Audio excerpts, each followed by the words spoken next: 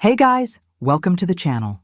Today, I bring you an emotional and inspiring story that will deeply touch your heart, the account of a teacher who had a near-death experience and how it completely transformed her view of prayer, faith, and purpose. Before we start, I want to know, where are you watching us from? Comment your city below.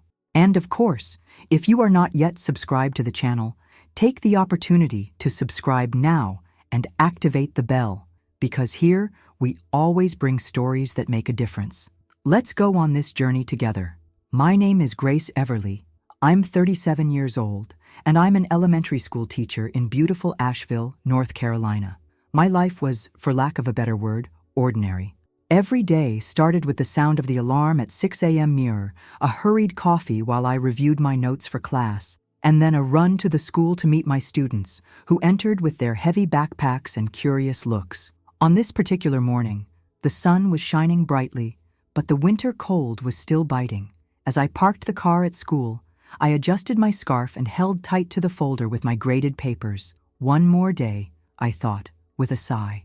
I loved teaching, but like anyone, I had difficult days. The stress of responsibilities seemed to build up in layers, turning my body into a silent pressure cooker. During the previous weeks, I had ignored a slight pressure in my chest, assuming it was just tiredness. But that morning, the feeling was different, more intense, more persistent. I entered the classroom, where 25 little faces were waiting for me. Among them was Maggie Lee, a sweet but clumsy little girl who always dropped something or tripped over her own feet. She greeted me with a shy smile. "Good morning, Mrs. Everly." "Good morning, Maggie," I replied, hiding the discomfort that was already beginning to bother me. I started the class talking about fractions, explaining how to divide a circle into equal parts. I drew on the board, but my hand was shaking slightly. I took a deep breath, trying to hide it. "Okay," I thought. "You can handle it." It was then that everything changed. I was squatting next to Maggie, helping her with an exercise, when she accidentally pushed a stack of books off the edge of the table. Instinctively, I turned to hold them, but the pressure in my chest intensified overwhelmingly. My heart felt like running a marathon, and a wave of heat swept through my body before being replaced by a feeling of numbness. "Maggie, wait," I tried to say, but my voice came out weak. Everything started to spin. The children's voices were muffled, as if I were underwater. The ground felt so close, and then I felt its cold against my face. "Miss Everly," I heard Maggie scream, but the sound was distant, like an echo from another world. My field of vision narrowed until there was just a pinpoint of light left, and then nothing. When darkness took over, I imagined everything was over. However, what happened next was beyond anything my mind could conceive. Suddenly, I was enveloped by a feeling of lightness, as if my body had disappeared, and with it all the pain, tiredness, and pressure. There was no tunnel, no total darkness. It was as if I had been transported to a place where time and space did not exist. The first thing I noticed was the peace. It wasn't the superficial peace we feel after a peaceful day, but a peace so deep that it felt like a part of me.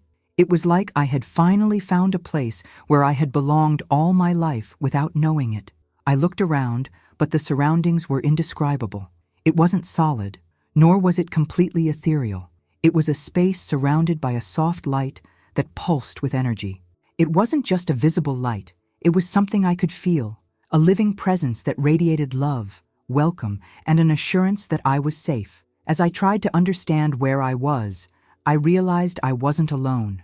There was a presence near me, but it wasn't physical. It was as if an energy was all around me, surrounding me, and communicating without words. Instinctively, I knew I was in a sacred place. "Grace," a soft, deep voice spoke. She wasn't scary, but full of authority. "Welcome." Before I could respond or ask anything, I was flooded with immediate knowledge. I knew I had died. There was no sadness or regret, just complete acceptance. The voice continued, this time seeming to come from all directions. "You're here for a reason." Suddenly I felt like I was floating, being carried away by something I couldn't see. The place around me began to change. Or perhaps it was my perception that was changing. One thing was clear. I was no longer on the physical plane. There were colors I had never seen before, harmonies that resonated within me and made me feel more alive than I had ever felt. Tears flowed, not from sadness, but from pure gratitude. There were no shadows, but it wasn't just light either. It was a perfect balance, as if every element in that realm had a purpose and a reason for being there. As I took it all in, I felt a greater presence approaching. It was majestic but accessible, powerful but full of compassion. Before I even saw him, I knew who he was. "I am the one who is always with you, even when you didn't realize it," the voice said, full of love. Jesus. His name echoed inside me, like a melody I had known for a long time. He wasn't far, nor near. He was everywhere. His presence was so intense that it seemed to fill the space. When I tried to speak, I realized that words were unnecessary. He already knew everything about me. "You have a lot to learn, Grace," he said, with a tone that was both encouraging and serious. I was in a place beyond human understanding, but I felt like everything I ever wanted to know was about to be revealed. There, in that kingdom of light and peace, I felt his presence before I even saw him. It was as if the entire atmosphere around me pulsed with his love and authority. Finally, he revealed himself. It wasn't like I had imagined in books or artistic descriptions. Jesus was not a distant or austere figure. He was everything that is warm, loving, and approachable, but at the same time, immeasurably majestic. He didn't use words to communicate immediately, but everything that needed to be said flowed directly into my spirit. Still, he spoke, and the sound of his voice was like music, something that could not only be heard, but felt. "Grace," he said, and my name sounded so personal, so unique on his lips, that tears began to stream down my face without me being able to help it. "I was always with you." "I died?" My voice was hesitant, almost a whisper. For now, yes, but you're not here by chance. There are things you need to see, things you need to understand." Before I could ask what he meant, scenes from my life began to emerge around us. It wasn't like a movie on a screen, but like I was living each moment again. Every action, every word, and even every thought was there, clear and crisp. I saw moments that I thought were insignificant. Prayers said quickly before bed, kind words spoken to a stranger, seemingly small gestures of kindness. But to my surprise, these moments had a spiritual impact that I had never imagined. Jesus gestured to a specific scene. Me, sitting on my bed many years ago, praying for a friend who was struggling. I didn't even remember that prayer, but there it was, as if it had been recorded. "See," he said, pointing to something beyond the scene. There were shadowy figures, pressing themselves against what seemed like an invisible barrier around my friend. Every word I prayed made this barrier shine brighter, pushing the shadows away. "This is the spiritual battle that happens when you pray," he explained. "Every word has weight. Every request has power. Nothing is insignificant." I was perplexed. "But what about when I don't pray? When I'm distracted or tired?" He looked at me with a compassion that was both comforting and challenging. "The forces that work against you know this. They do their best to stop you, with fatigue, distractions, and doubts. But even the smallest prayers," said sincerely, "are like sword blows in the spiritual realm." Then he showed something even deeper. Other people's prayers for me. I saw my mother and grandmother, both deceased, praying fervently for my life, for my protection, and for my future. These prayers had formed a spiritual wall around me that continued to protect me even after their deaths. "These are the spiritual inheritances that many ignore," Jesus said. "Prayer is a weapon, but it is also a legacy. What you do now is not just for you, it is for those who will come after you." I was overcome with emotions, gratitude, regret, and a new understanding of the power of prayer. He then touched my shoulder, and in an instant, I felt an indescribable warmth. "You still have a lot to do, Grace, but remember, I'm with you, always." After Jesus' touch, the scenario around me began to change. The environment that was once full of peace and light turned into something that looked like a battlefield, but not like the ones we see in movies or history books. It was a different dimension, where invisible forces were in constant conflict. There was an intensity in the air, a clash between light and darkness, hope and despair. Jesus reached out his hand, and in the empty space, a vision began to form. I saw my home, my family, and even the classroom where I used to teach. But what was different was what was beyond what physical eyes could see. Around each scene, there were spiritual forces at work. Some radiated light and strength. Others were dark, twisted, full of hate and despair. "You are seeing the reality behind the veil," Jesus explained. "What happens in the physical is only part of the story. The real battle happens here." He then showed something that looked like a spiritual barrier around my house. It was translucent, almost like glass, but it glowed brightly. "This," he said, pointing to the barrier, "is the impact of prayer." As I watched, I noticed shadowy figures trying to penetrate the barrier. They were demons, but not in the cartoonish way I had imagined. They were slender, fierce, and their movements were full of evil purpose. Some tried to climb it. Others used what appeared to be spiritual tools to pierce it. Each attempt resulted in tiny sparks and cracks, but the barrier remained firm. "These attacks," Jesus continued, "are constant. The enemy works tirelessly, looking for loopholes. But look what happens when you pray." He waved, and I saw a version of myself, kneeling by the bed. The words I spoke, some simple and hasty, others long and fervent, appeared like beams of light, strengthening the barrier and pushing the evil forces back. The scene was both beautiful and frightening. Then he showed something more disturbing. Times when I stopped praying. I saw days when I was too tired or distracted by mundane tasks. At these moments, the forces of darkness seemed to gain ground. They not only weakened the barrier, but got closer to me and my family. "Even so," Jesus said, "my grace is sufficient.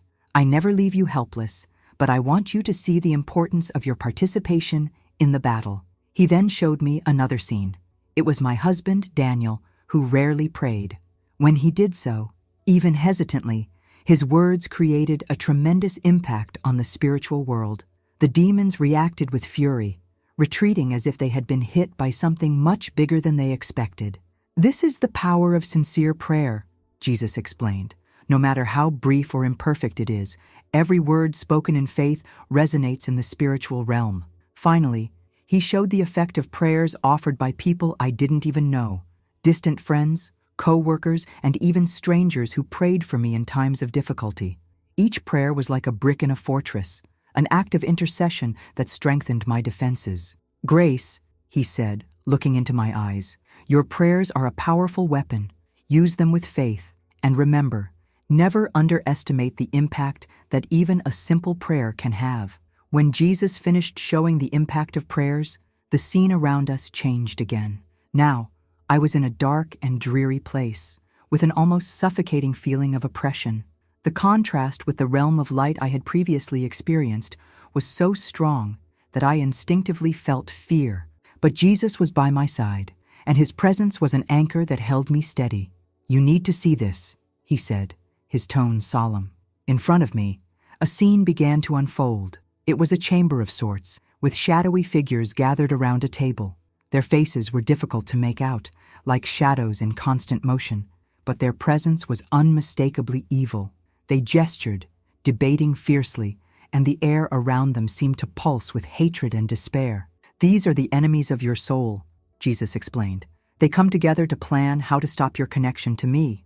As I watched, I realized that the meeting revolved around strategies to undermine my spiritual life. One of the demons stood up, banging the table hard as he spoke in a language I didn't understand, but whose intentions were clear. He was furious about the impact of my prayers, especially when I used the name of Jesus. "We can't let her continue," he growled, his words reverberating menacingly.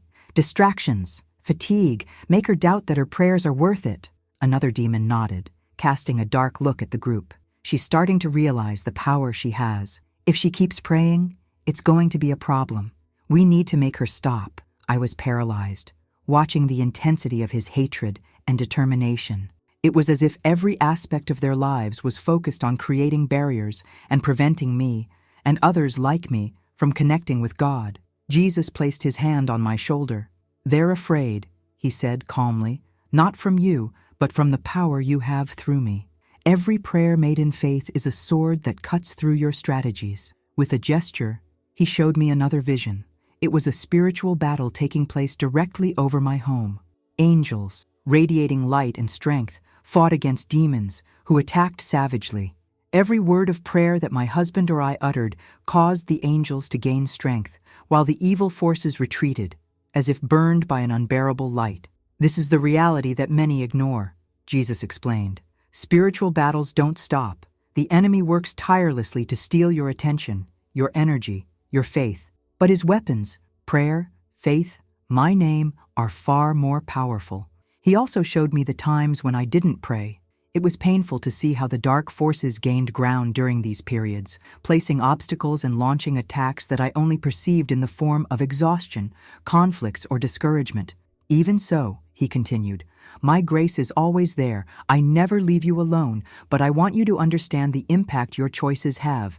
Praying is not just a religious act, it is a spiritual battle. Finally, he showed a scene that was engraved in my heart. It was me, on my knees, praying in the midst of tiredness and doubts. My prayer seemed weak and unconvincing, but in the spiritual realm, it was like an explosion of light, dismantling demonic strongholds and releasing invisible chains. You're never alone, Grace, he said, with a look full of love and determination. And what you do in secret echoes throughout eternity. As soon as Jesus finished showing me the ongoing spiritual battles, the scene changed once again. This time, I saw a simple house surrounded by a well-kept garden. I recognized it immediately. It was my grandmother's house. The familiar smell of freshly baked bread and the sound of soft chanting filled the room.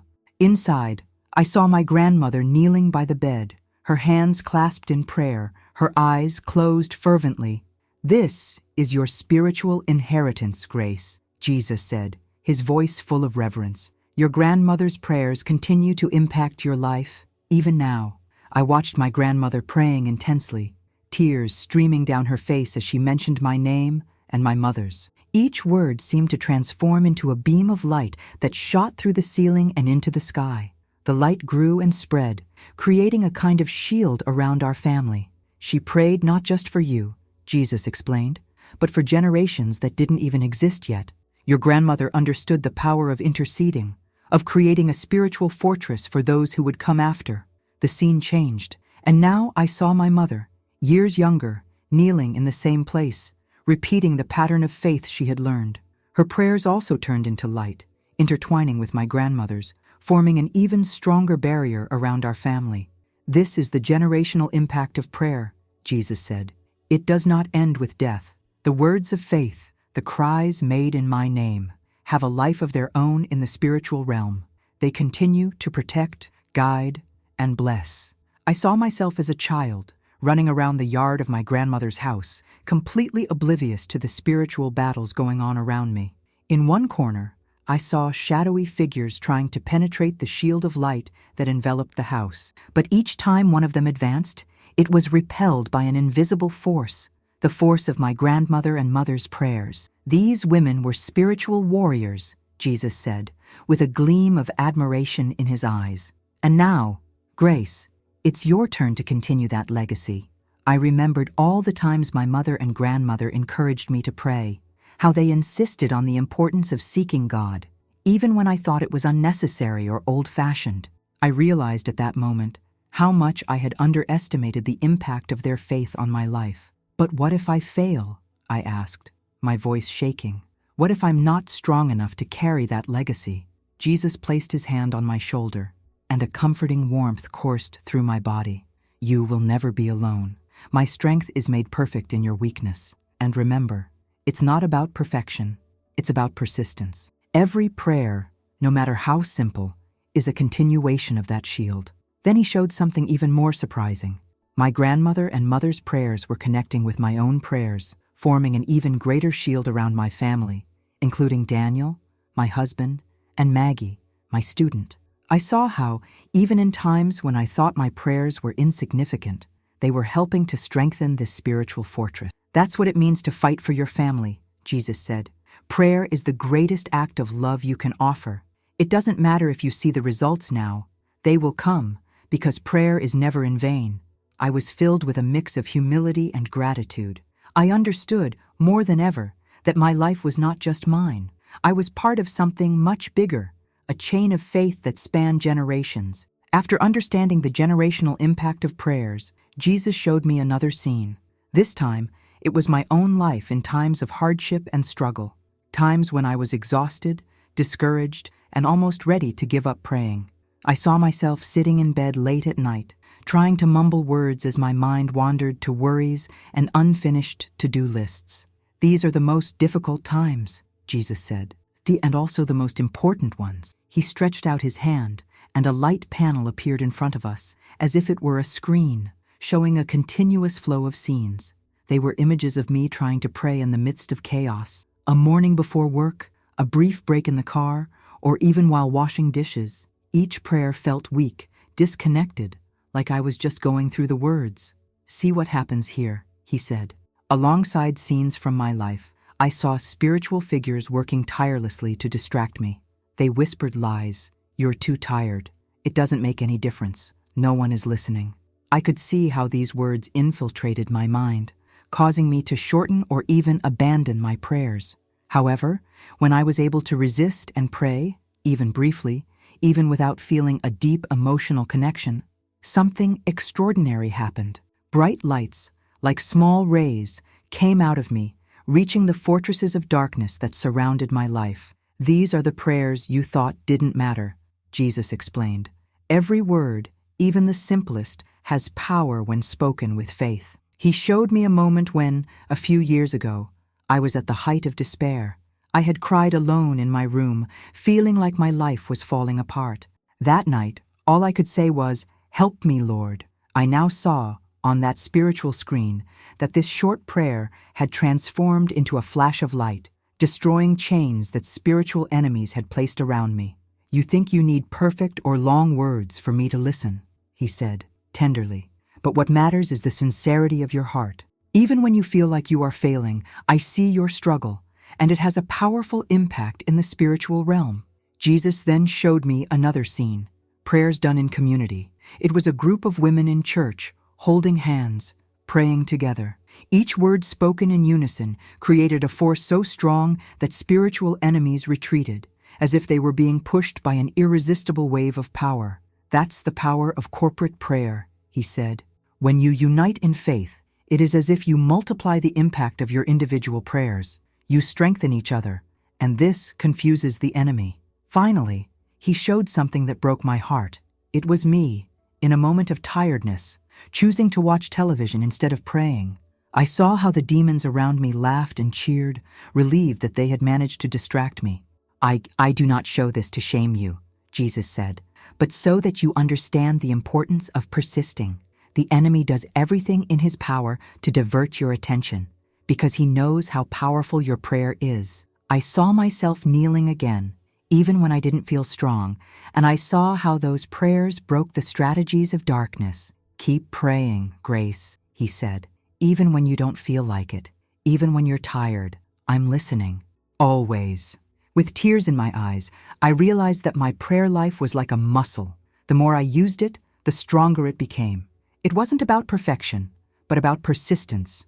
As soon as Jesus finished speaking about the importance of persistence in prayer, the environment around us changed once again. This time, I saw a dark room, full of incessant noises. There were sounds of alarms ringing, cell phone notifications, background conversations, and a television broadcasting news at a loud volume.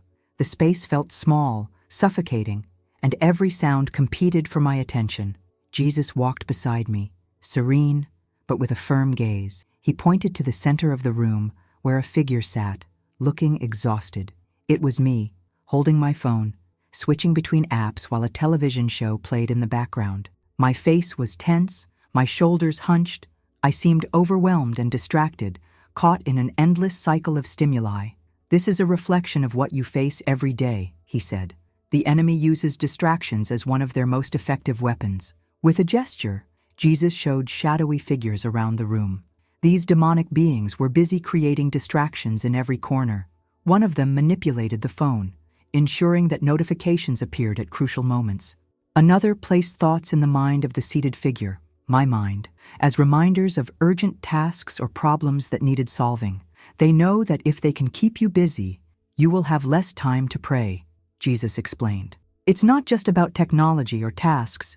It's a deliberate strategy to steal your attention from me, He then showed me how this manifested in my life. I saw scenes of me trying to pray, but being interrupted by a phone notification or a reminder of something I needed to do. Each interruption seemed small at the time, but in the spiritual realm, it was as if the dark forces celebrated each successful distraction. But look what happens when you resist, Jesus said. He showed another scene where I consciously put down the phone, turned off the television, and knelt down to pray. The silence that followed was almost palpable. In the spirit world, it was as if light began to radiate from me, pushing back the shadowy figures that had once stood so close. Every moment you choose to prioritize me is a victory, he continued. The enemy wants to convince you that your prayers are insignificant, but each of them is a direct blow to their strategies. Jesus then pointed to another figure, a young woman who appeared to be in her home, looking at her watch as she hesitated between praying and watching a television program. She chose to pray, and immediately the shadowy figures around her retreated in frustration. Small choices like this have eternal consequences, he said. Do not underestimate the power of saying no to distractions and yes to my invitation. Finally, he showed me the cumulative impact of these choices. Every moment of prayer, no matter how small, contributed to building a stronger connection between me and God. This connection not only strengthened my faith, but also created a tangible impact in the spiritual realm, affecting my family, my community, and even people I didn't know.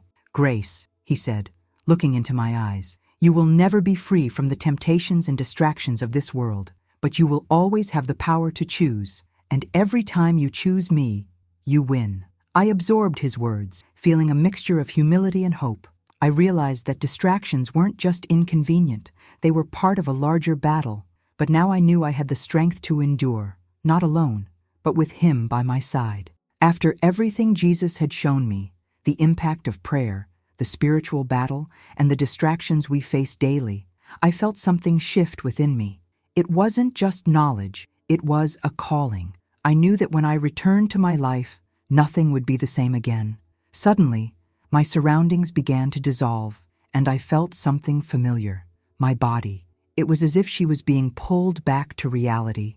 The pressure in my chest returned, but now it felt more bearable.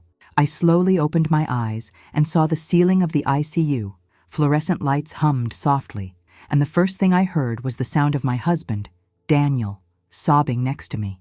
"Grace!" he exclaimed, the incredulity in his voice quickly being replaced by relief and joy.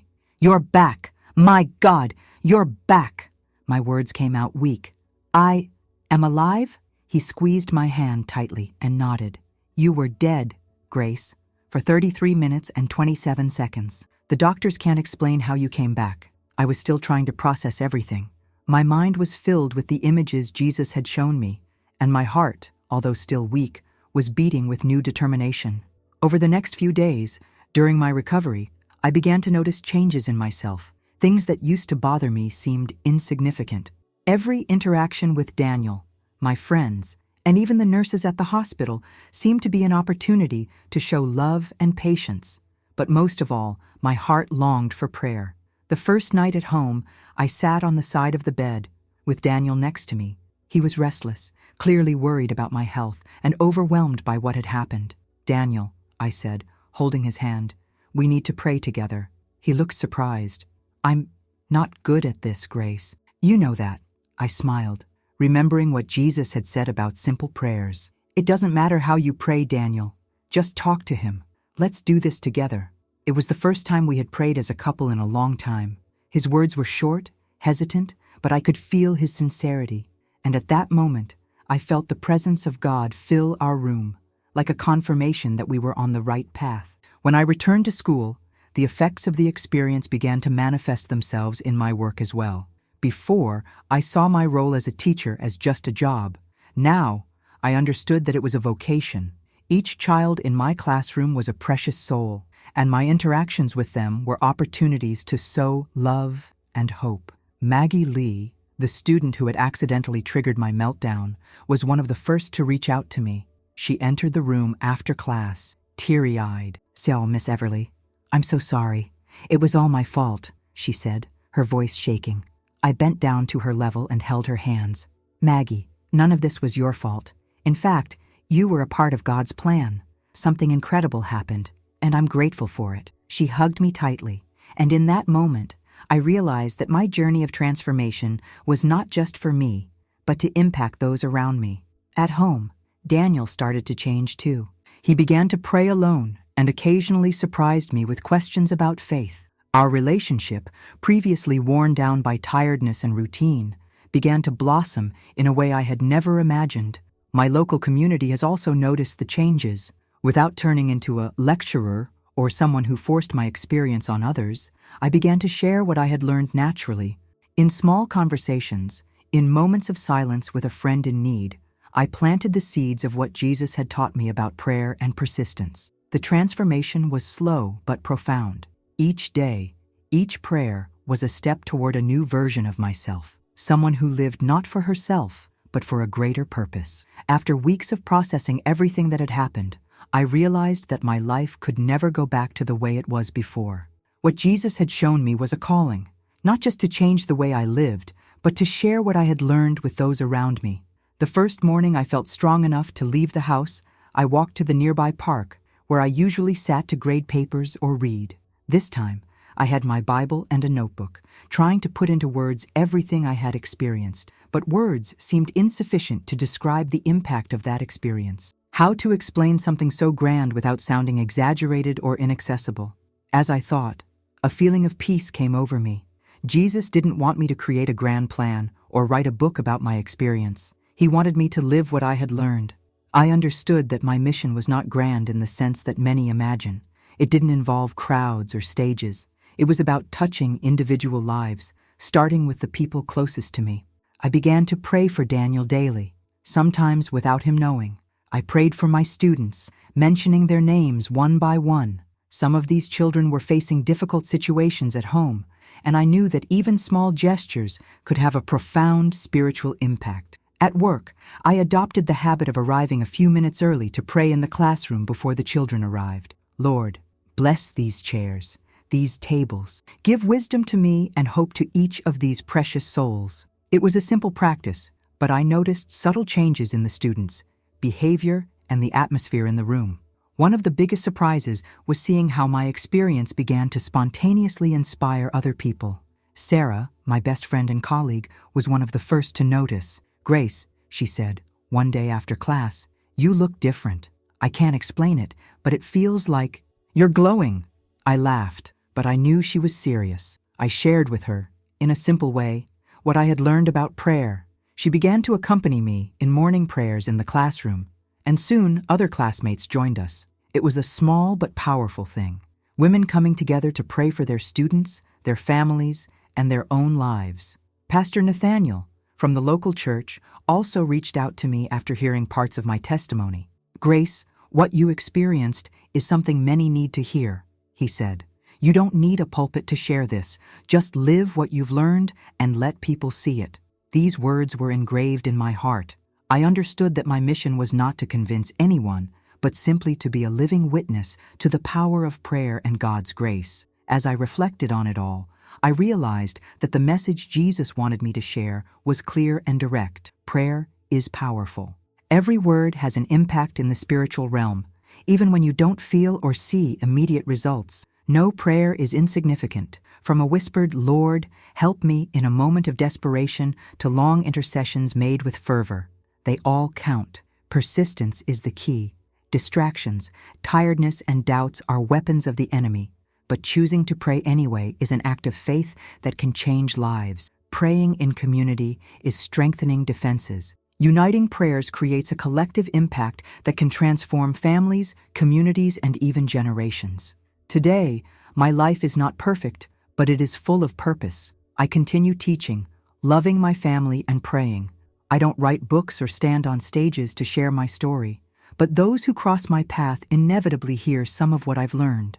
My final message is this: no matter where you are or how you feel, your prayers matter. God hears every word, He sees every tear, and He responds, perhaps not in the way we expect, but always in a way that transforms.